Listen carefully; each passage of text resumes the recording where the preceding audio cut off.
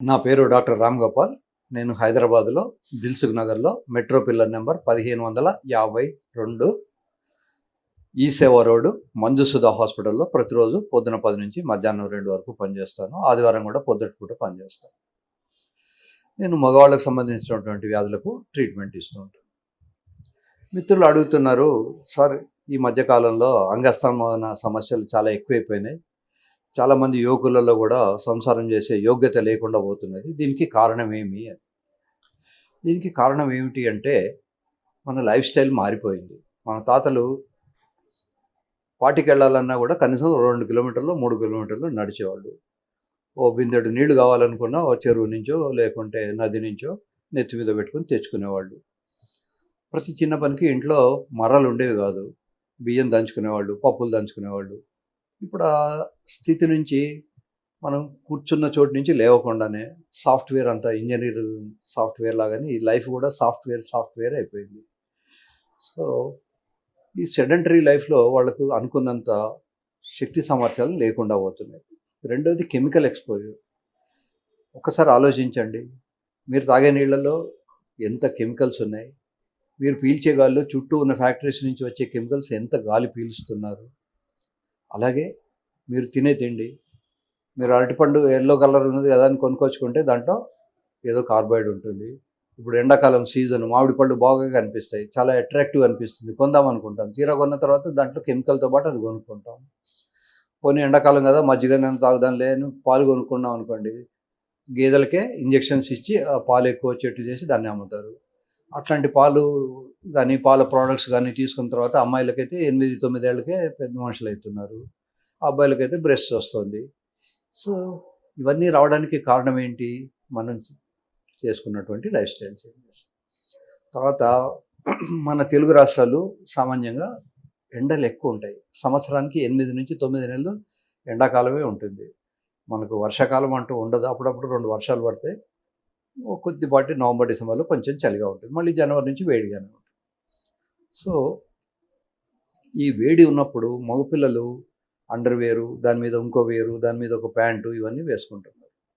వాడు ఎల్కేజీ పిల్లవాడు కూడా ఒక అండర్వేరు, దాని మీద ఒక వేరు, దాని మీద ఇంకో జీన్ ప్యాంటు ఇలా వేయడం వల్ల మగవాళ్ళ బాల్స్కి ఏమిటంటే టెంపరేచర్ సెన్సిటివ్. మీరు గోరువెచ్చని నీళ్ళతో స్నానం 3 నిమిషాలు చేసినా కూడా స్పర్మ్స్ డ్యామేజ్ అవుతాయి.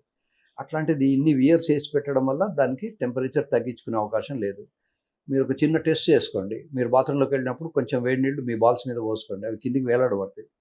2 నిమిషాలు అయిన తర్వాత చల్లటి నీళ్ళు పోయండి, అవి పైకి మూవ్ అవుతాయి. ఈ పైకి మూవ్ అవడం ఏమిటి, కిందికి రావడం ఏమిటి అంటే, మీరు ప్లేట్లో ఒక వేడి అన్నం పెట్టినారనుకోండి, హడావిడి ఉంది, ఆఫీస్కి వెళ్ళాలి, తొందరగా తిని వెళ్ళాలి.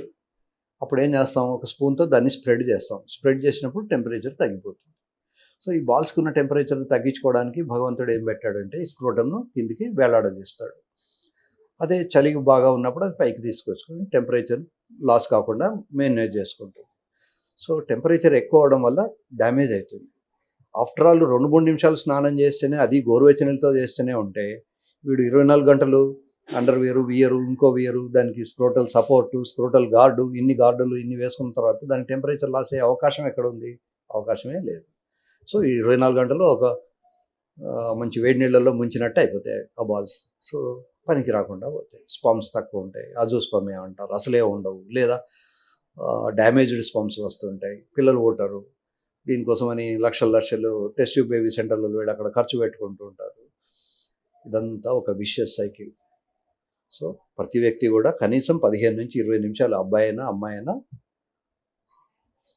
ఎక్సర్సైజ్ చేయడం మంచిది. ఏం ఎక్సర్సైజ్ చేయాలి? మళ్ళీ జిమ్కి వెళ్ళో దానికి 1500 2000 కట్టాలా అని మీరు నన్ను అడగచ్చు. అక్కర్లేదు.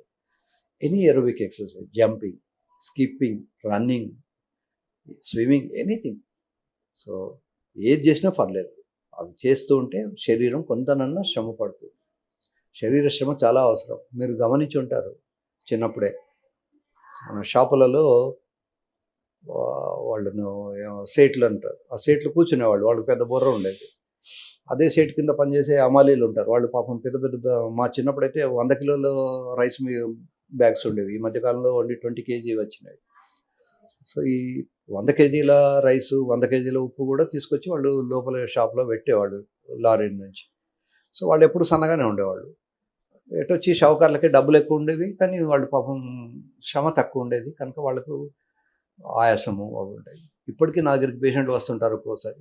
గేట్‌లో నుంచి నా రూమ్‌కి రావడానికి ఒక 20 అడుగులు ఉంటుంది. ఆ 25 అడుగులు వేసిన తర్వాత రూమ్‌లోకి వచ్చిన తర్వాత వెంటనే పేరు చెప్తే వాళ్ళు పేరు చెప్పలేరు. అని ఇలా 2, 3 నిమిషాలు గాలి తీసుకున్న తర్వాత నా పేరు ఫలానా అని చెప్తారు. ఆఫ్టర్ ఆల్ వాడికి 20 అడుగులు నడిస్తేనే ఆయాసం అయితే వాడు అమ్మాయి దగ్గరికి వెళ్ళినప్పుడు వాడి శ్రమ ఎలా పడగలుగుతాడు? వాడికి ఎక్కడి నుంచి ఉంటుంది స్టామినా? ఉండదు. ఇకపోతే అమ్మాయిలు. అమ్మాయిలు కూడా జంక్ ఫుడ్ అలవాటు చేసుకొని లేట్ నైట్స్ దాకా నిద్రపోకుండా ఉండి ఏదో అవసరం ఉన్నా లేకున్నా ఆ సెల్ ఫోన్లో పెట్టుకొని టైంపాస్ చేసుకొని లేట్గా నిద్ర లేచి హడావిడిగా ఆఫీస్లోకి వెళ్ళి సంపాదించుకొని వచ్చి మళ్ళీ ఇంట్లోకి రాగానే మళ్ళీ న్యూసెన్స్, మళ్ళీ వ్యవహారాలు. వీళ్ళకి ఎక్సర్సైజ్ చేసే టైం ఎక్కడ ఉంటుంది పాపం. ఎక్సర్సైజ్ చేయకపోతే పీసీఓడి అనే వ్యాధి వస్తుంది. నీటి బుగ్గలు అంటారు తెలుగులో. ఈ పీసీఓడి వ్యాధి ఉండడం వల్ల వాళ్ళకు ఊసైట్లు సరిగా రావు, మంత్లీ సైకిల్స్ ఇర్రెగ్యులర్గా ఉంటాయి, మధ్య మధ్య పొట్టలో నొప్పి వస్తుంటుంది. సో ఇన్ని రకాలైనటువంటి కారణాల వల్ల ఈ కాలంలో అంగస్తంభన సమస్యలు వస్తున్నాయి. మరి అంగస్తంభన సమస్యలకు ఏమైనా ట్రీట్మెంట్ ఉందా అంటే ఉంది. యూజువల్గా దీనికి మీరు వయాగ్రా అనే పేరు విని ఉంటారు. వయాగ్రా లాంటి ట్యాబ్లెట్స్ కొన్ని ఉన్నాయి. వీటన్నిటిని కలిపి PDE5 అంటారు. ఈ PDE5 ఇన్హిబిటర్స్లో 4 ప్రముఖమైనటువంటి మందులు ఉన్నాయి. ఒకటి వయాగ్రా లేదా సిల్డెనఫిల్, రెండోది టడలాఫిల్, మూడోది వార్డనాఫిల్, నాలుగోది అవనాఫిల్. ఈ 4 డ్రగ్సే ముఖ్యమైనవి. ఈ 4 డ్రగ్స్లో యూజువల్గా ఈ మన సోషల్ మీడియాలో వచ్చే వీడియోల వల్ల వాటి వల్ల జనాలందరూ హనీమూన్ పిల్ అంటాను నేనైతే టడలాఫిల్. అదేదో చాలా గొప్పది అన్నట్టు చెప్తుంటారు. ఏది గొప్పది కాదు, ఏది తక్కువ కాదు. అన్నిటికీ వాటి అవసరాలని బట్టి ఉంది. ఫర్ ఎగ్జాంపుల్ సిల్డెనఫిల్ లేదా వయాగ్రా లేదా పెనిగ్రా లేదా సుహాగ్రా పేర్లన్నీ ఒకటే కానీ లోపల ఉండే మందు ఒకటే కానీ పేర్లు వేరుగా ఉంటాయి. అయితే ఇవి అన్నిటి కూడా కొంచెం సైడ్ ఎఫెక్ట్స్ ఎక్కువ ఉంటాయి. తలనొప్పి ఎక్కువ రావడము, పొట్టలో తిప్పినట్టు అవ్వడము, కళ్ళు ఎర్ర అవ్వడము, లేదా visual disturbances, green red discriminate చేయలేకపోవడం, ఇవన్నీ ఉంటాయి. ఈ సైడ్ ఎఫెక్ట్స్ తక్కువ ఉన్నది వార్డనాఫిల్. తర్వాత టడలాఫిల్. ఈ టడలాఫిల్ ఏమిటంటే 36 అవర్స్ బాడీలో ఉంటుంది. దీన్ని నేను హనీమూన్ పిల్ అని కూడా పిలుస్తాను. చాలామంది ఏంటంటే సోషల్ మీడియాలో వినేసి టడలాఫిల్ కావాలి అని పెట్టి వేసుకుంటారు. ఈ టడలాఫిల్ వేసుకోవడం యువకులకైతే పర్లేదు. ఆఫ్టర్ 50 ఇయర్స్ అన్ని గంటలు శ్రమపడ, అన్ని గంటలు ఇంటిమెసీ చేసే ఓపిక, శక్తి ఎవరికి ఉండట్లేదు ఈ మధ్యకాలంలో. సో 36 అవర్స్ అది ఉండాల్సిన పని లేదు. 24 అవర్స్ తర్వాత అవసరమైతే మళ్ళీ ఇంకో ట్యాబ్లెట్ వేసుకోవచ్చు. అప్పుడు 48 అవర్స్ వస్తుంది. ఒక ట్యాబ్లెట్ వేసుకొని కష్టపడే బదులు. సో బెస్ట్ థింగ్ ఇస్ ఈ ట్యాబ్లెట్స్ డాక్టర్ ప్రిస్క్రిప్షన్ లేకుండా వేసుకోకండి. దగ్గరలో ఉన్న డాక్టర్ని సంప్రదించండి. ఇది సంథింగ్ లైక్ ఎలక్ట్రిసిటీ. మీరు అజాగ్రత్తగా వాడితే ఒక్కొక్కసారి డెత్ కూడా అవుతుంది. కనుక జాగ్రత్తగా డాక్టర్ని కన్సల్ట్ చేయండి. ప్రతి వాళ్ళకు హైదరాబాద్ వచ్చే ఓపిక, శక్తి ఉండకపోవచ్చు. మీ ఇంటి దగ్గర ఉన్నటువంటి క్వాలిఫైడ్ డాక్టర్స్ ఎవరి దగ్గరికి వెళ్ళి అడిగినా వాళ్ళు చెప్తారు.